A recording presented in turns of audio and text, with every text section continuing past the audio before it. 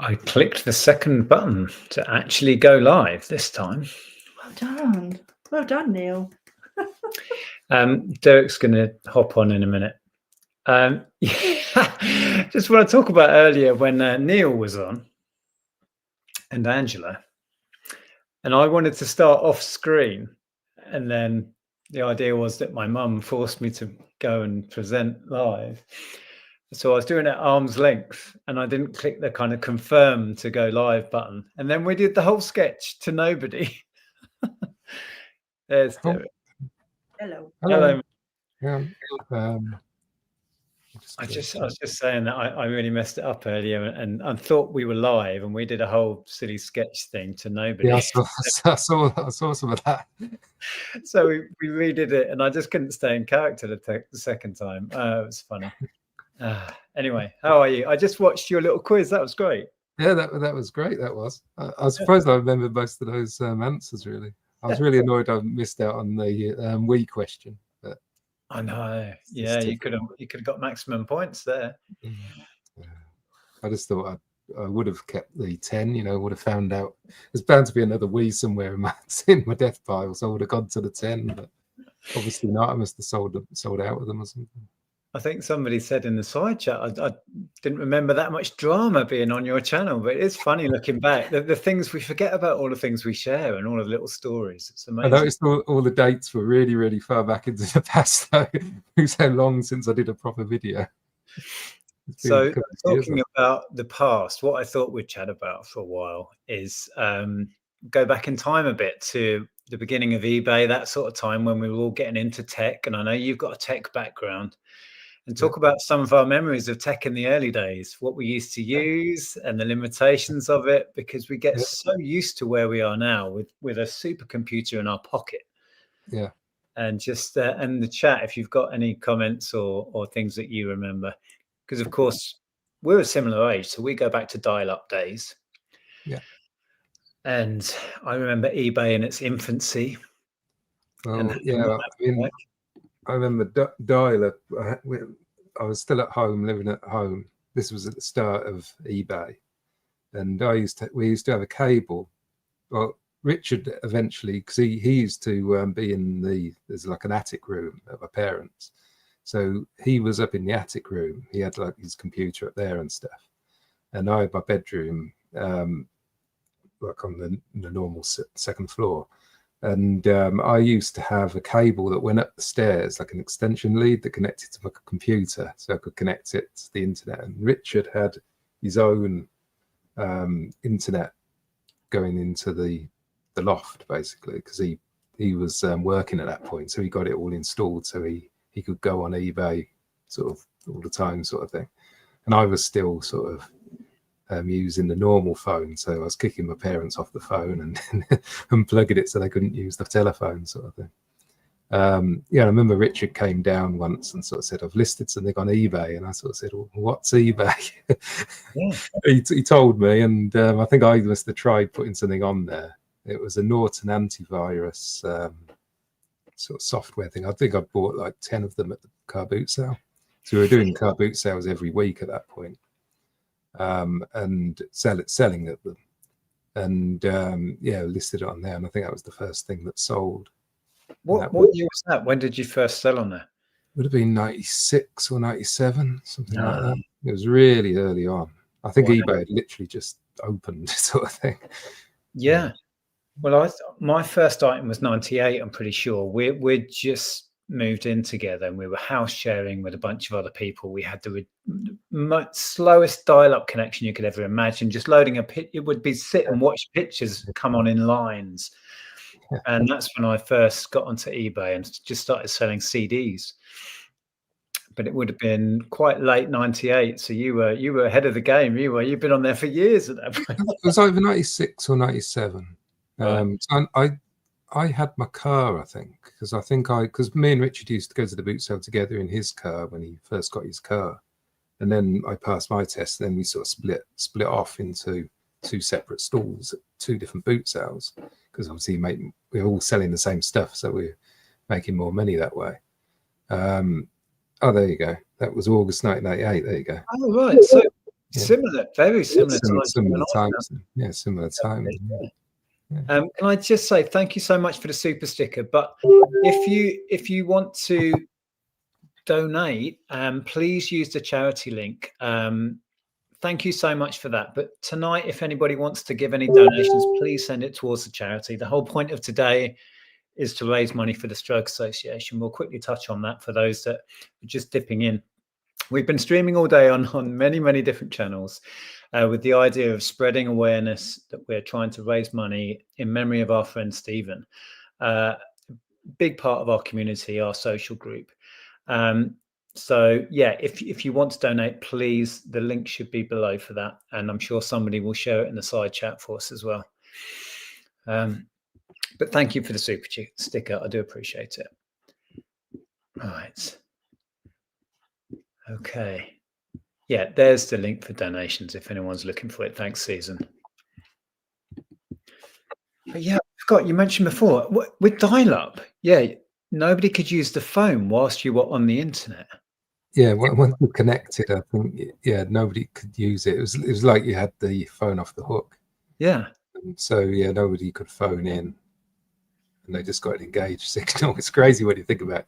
I remember when I went to Dundee, when I moved to university there, we had one person who had an internet, like telephone line. And what we did, we had like a network set up in the halls of residence. We had cables coming out people's windows down to the next one. And they're all like linked up, and they all went round back into a circle into this person's computer that went into their telephone thing. And we gave him like a tenner every month or something to use his connection. And yeah. I think eventually I did get my own, because that was incredibly slow. It was all students downloading all sorts of stuff, and everything was just really slow. Yeah. So I think I just got my own in the end. Well, Donna's just said, I was thinking back to the cost of things back then. I remember when I was at uni, we had a shared house. We used to have a book, and we'd write down every phone call and when it was, and have an itemized bill and add up the costs of our phone. I think like our kids just don't understand how expensive tech was then, even phone calls, and then dial up at 2p a minute. I remember there was we were on, was it FreeServe originally? I think it was one of the first in the UK, FreeServe. That's what we did. I think we might have been, and we used AOL and. Yeah, we used AOL as well, but there was one that was called Screaming Net. Richard would remember it. I think it was basically Talk, but like very early on. I think Talk took over them, and basically it was free to use, but it was so flaky, and it would just kick you off at any minute.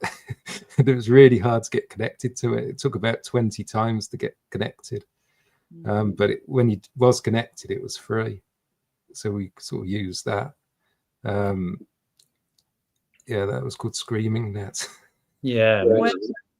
When we first started selling, before we started the business, I was pregnant with Ellen, and you were at police training. So I was living with my nan, and my nan wouldn't let me go onto the internet until she'd gone to bed.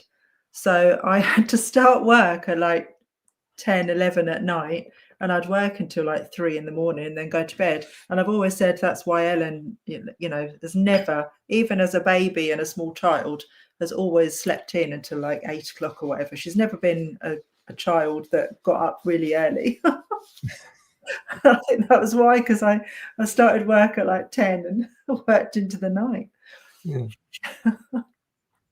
What's Susan saying there? Did you want to read that? Yeah, so my brother was an early eBayer. My phone was permanently engaged every evening when he was uploading his listings using Turbo Lister. Yeah, I remember Turbo Lister. Touch with him. That used to be great. Turbo Lister was. Yeah, we bought a Toshiba. One of the first big investments in our business was a Toshiba laptop, thick, massive, black, chunky thing. And I remember sitting on there. It had a kind of greenish screen. It was a bit dodgy. And I would just do these banks and banks of listings in Turbo Lister. And then just before we went to bed, kick it off. So it was uploading all the pictures and all the listings overnight, come down in the morning and hope it hadn't failed. Yeah, because Turbo Lister, you could do your listing when it's offline. I think that was it, wasn't it? So you could do all the listings offline and then connect to the internet and then send them all off. Exactly that. So we would work within TurboLister, not online because it was so expensive, and then upload it at night. Yeah. Mad. You'll remember no checks as well, wouldn't you? Oh, remember no checks? No checks. Bill Point.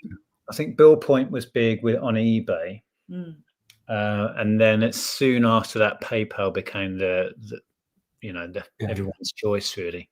I mean, we've talked about this before, but early days when Ellen was tiny, I remember getting up in the mornings and you go downstairs and there'd be a pile of little envelopes with checks, postal orders. We used to get so many postal orders and even cash.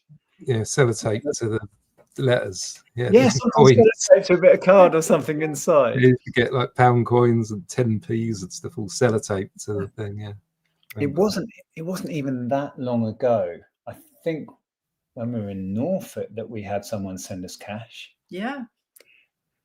So, yeah. It hasn't happened to me for years. I can't even remember the last time that happened. Yeah, it is the exception these days, but in the early days, that was quite normal. The Royal Mail used to tell people, do not send cash. Yeah. Many people did. Yeah. I remember going to when I moved to Dundee, I used to go to the bank, pay in not postal orders, checks. And I used to go in there like once a week, it must have been, and like with like 30 checks. And she used to like look at me and say, "What do you got all these checks for?" you know. Yeah. But I was obviously a student at the time, and it's brilliant eBay at that point because it paid all my expenses at uni and stuff. Yeah, I wish I covered it a little bit earlier. Mind you, I didn't even have a PC when I was a student. They were so expensive. I mean, I guess you were in that world kind of, weren't you? So that was. Yeah, I've always had a computer. I mean, I was quite late, I suppose, getting a PC because I was quite into Atari ST and Amiga and stuff like that. So I didn't actually get a PC until fairly late, and I only really got it because when I was at college, that's what I was doing a lot of the work on. So I just sort of naturally moved to it then, really. Never really looked back after that. But I used to build PCs all the time and stuff and sell them at the markets and stuff. But nowadays, I couldn't tell you what the latest PC and what the latest graphics card is and all this. I used to be really, really hot on it, but now I haven't got a clue. Yeah, it moves on so rapidly. You have to be really on it to understand it. And we switched to Apple now ages ago. I've not really used a PC for so long. I mean, they're totally in the Apple world these days. Yeah, Pages. Who's this? Where's the muck? I had a pager through BT Cellnet. You used to have to call an operator to tell them what you would enter the message. I had a pager. Yeah. I thought you were so fancy. This was like 97, 98. Andrew had a pager. It's really. Yeah, my mum had bought me one for uni because obviously we didn't have mobile phones back then. And she was just in case she needed me to call her or, she needed to get in touch with me. I remember they were big in the NHS. Nurses all used to have them. And that's how it would be, call this number. And that's how they were keeping in touch because, mobile technology hadn't come down to a price that was really affordable yet. So, pages were the thing. One of my friends at college had a pager. I never saw him sort of use it or get a message on it, but he had one. But that was, I got a mobile. I think I was the first person in my sort of friend group to get a mobile because I bought one at a boot sale. They're really, I don't know if they were stolen or what, but they're really cheap. Me and Richard bought one each. But that phone lasted a couple of years, I think. And it was brilliant because, I remember I was selling at the car boot sale and I got my first text message. And I used to go around people's houses after the car boot sale and sort of set up people's computers that they'd bought off me at the car boot sale, like in their house, set it up and connect it all up and stuff. And I got like a weird message on my phone saying, "I'll see you at 2:00 after the boot sale," or something like that. And it just sort of popped up in like a message. And I remember that being the first. I didn't even know how to sort of view it or anything. It was like really weird. Yeah. So to that point, I'd always used it for a phone call, I was just thinking back to early texting when you had to do the like press, you know, on the numbers to get the letters. And I never got to the grip of that. You know, texting with your thumbs on the like three presses for an E or whatever. Yeah. And I had friends who you'd be talking to them. I remember when I was at police training, one particular guy, you'd be having a chat with him and he was texting whilst not even looking. Yeah. Well, I was probably a bit like that. So I ended up texting loads on those old phones, you know, the old Nokias. I'm not sure what sort of stream you think this is, Andrew, but I'm not sure I'm able to do that. We're not paying to strip off right now. Maybe later, Andrew, on your stream. Anything goes on your stream. He's had a few ciders, maybe. Later, Andrew, later. I just thought, where are we hopping on to after this? Or I'm getting confused again with where we're going and what's going on. I don't know if we are. Let me check. Okay. It's been a bit of a head scratch to work out what's going on sometimes today. If people are just joining us, I'm seeing the numbers. Andrew.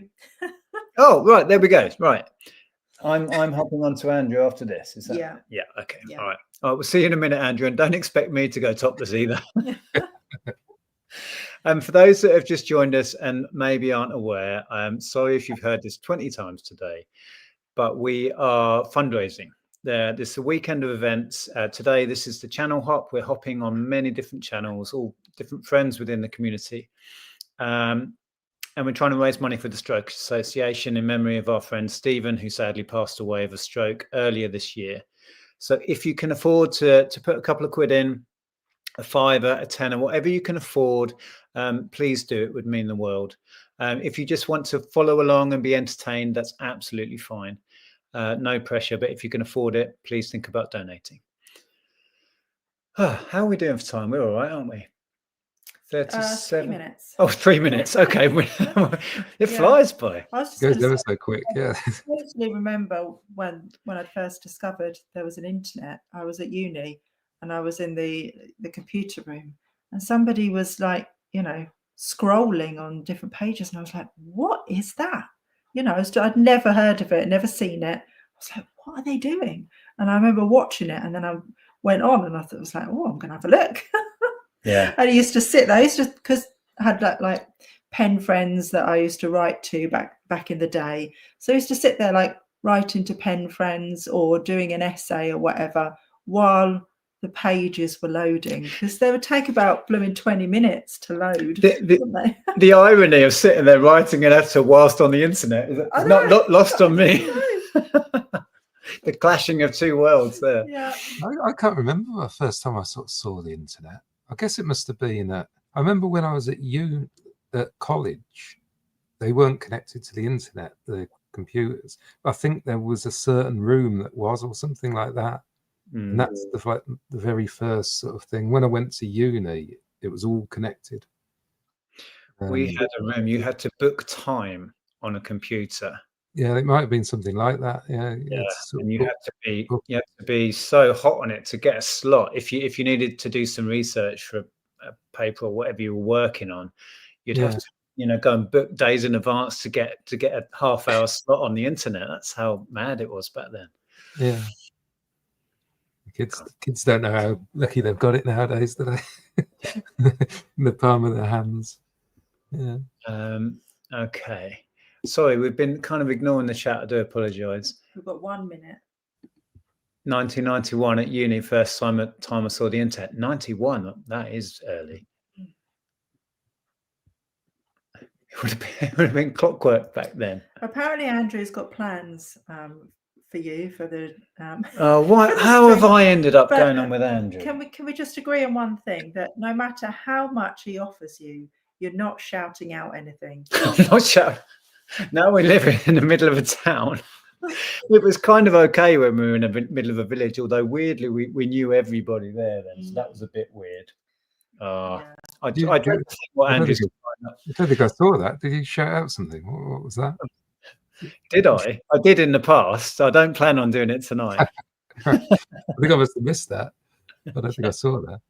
Yeah, this was a couple of live charity events ago. Somebody paid X amount of money if I shouted at the top of my voice out of our back door, "I love Nick Berry." Right. So I threw myself into it, shouted as loud as possible, and we had neighbours right behind that house. Fred, bless him, but I think he was a bit deaf, so he was probably fine. I don't know. Right, we're going to have to wrap up here. If you want to follow us along, we are going to Andrew's Money Mental channel. So there's probably a link been shared. I'm not sure if it has been yet, but if you just search Money Mental, hopefully there'll be a live stream there, and I'm going to hop on there soon. I think I'm going to leave you to it and go and make some dinner. You just want to leave me to see what Andrew throws at me. Yeah. Thank you, Derek. I appreciate you giving us your time. Yes, well done for organising it. It's been a good day, really. To be honest, this is Lainey. This is Lainey's thing. The channel hop. She's put all the legwork in for this one. Yeah. We've been organising the auction and other stuff, but this is all Lainey. But yeah, it's been a good day so far. And everybody has managed it so far. You know, there hasn't been any technical hitches apart from one person. If you know me, that's not, unexpected. Right, we will have to draw a line under this one. I'll see you all over on Money Mental's channel in a minute. Cheers, Derek. Take care, mate. See you later. Bye-bye. No, you need to end the stream.